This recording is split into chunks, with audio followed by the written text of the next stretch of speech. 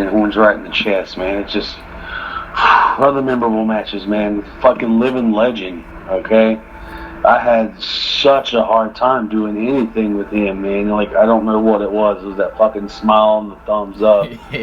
I've had many matches with him, man. I hate that he left us, you know.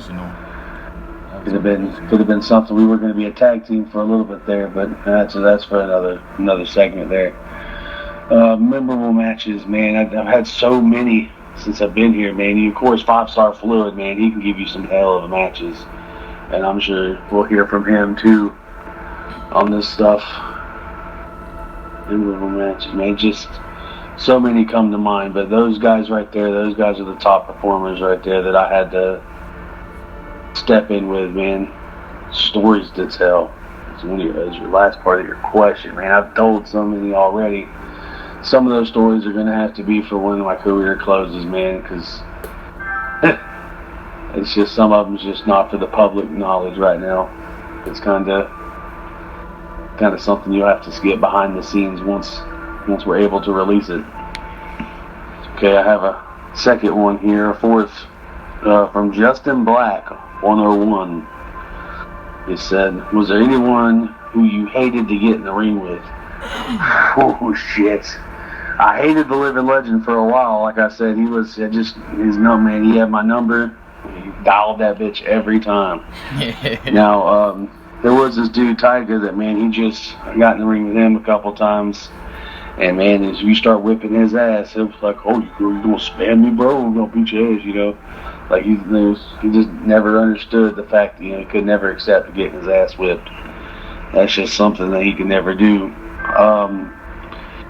Still Crisis, Azrael, I mean, like, all of them, like, it's something, I can't really say I hated getting in the ring with them, but I knew that it wasn't going to be an easy walkout.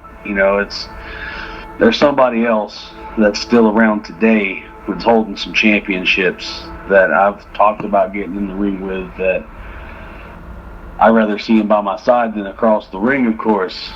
Fucking Raza. And one day I'm going to stand across from the ring for him again, and we're going to see how it goes. I've beat him once. I think he's beat me, but I'm ready for that. That one's going to be a big blockbuster showdown. He's got a lot of rookies he's dealing with right now that's trying to make names for themselves, and of course we got a lot of them coming after my world title. So right now we're not really focused on each other, but when the time comes, it's going to be one hell of a clash. Pay-per-view material. And just crazy shit, man. Alright, I got another one here from Killer Croc 91. Who is the toughest man in O-T of all time? You said it. Me, motherfucker. Like, no, if aside from me, I thought it was Haraji. Yosef. Toughness, man. You can take that in a completely different direction. Like from being able to take the most damage, being able to do matches back to back. Like, there's so many different forms of toughness. If I had to pick some right now,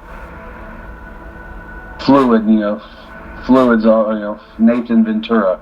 Okay, Nathan Ventura is probably. He's got a point.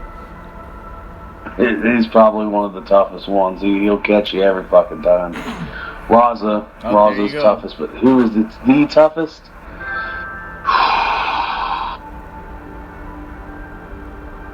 Still Crisis, man. Like, I don't know what it is about him, but he always had that aura of him, man. Just shit you could not understand. Ghost Marco was right there, but Still Crisis, man. If you didn't have luck on your side that day, you wouldn't even be able to stand toe to toe with him.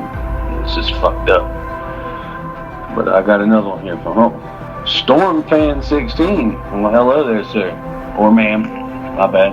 I wanted to get fucking shit on that later because they're gonna make him a man. But how did Tyler Storm come about? Oh man, you guys are asking some fucked up questions here, some deep shit. How much time you got, man?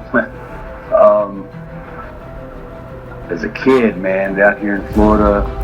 Grew up right here on Keaton Beach, Florida, man, Taylor County. And my family's always been part of a shrimp industry here.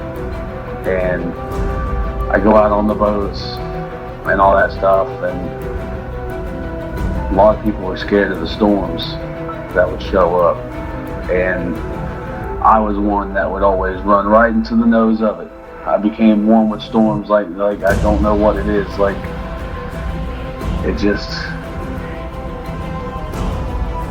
the feeling. I say family owned it and all, but I was brought in, you know, added to this family, you know, and the details of that will probably be in my book that'll come out.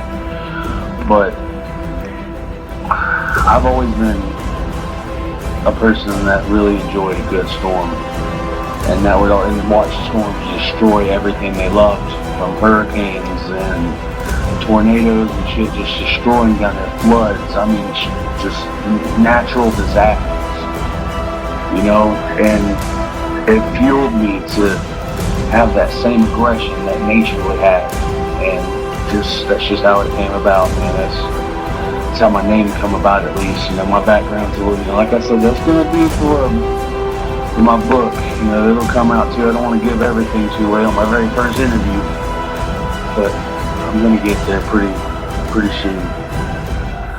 Another question from Pumpkin King. Pumpkin King? I ain't gonna hate on you too much, man. Jesus Christ. When will you give your Scroll of Honor speech? You know, I've been approached a couple of times and thought that it was time. Thought that my career was over. And I'm getting old, man. 44, man, is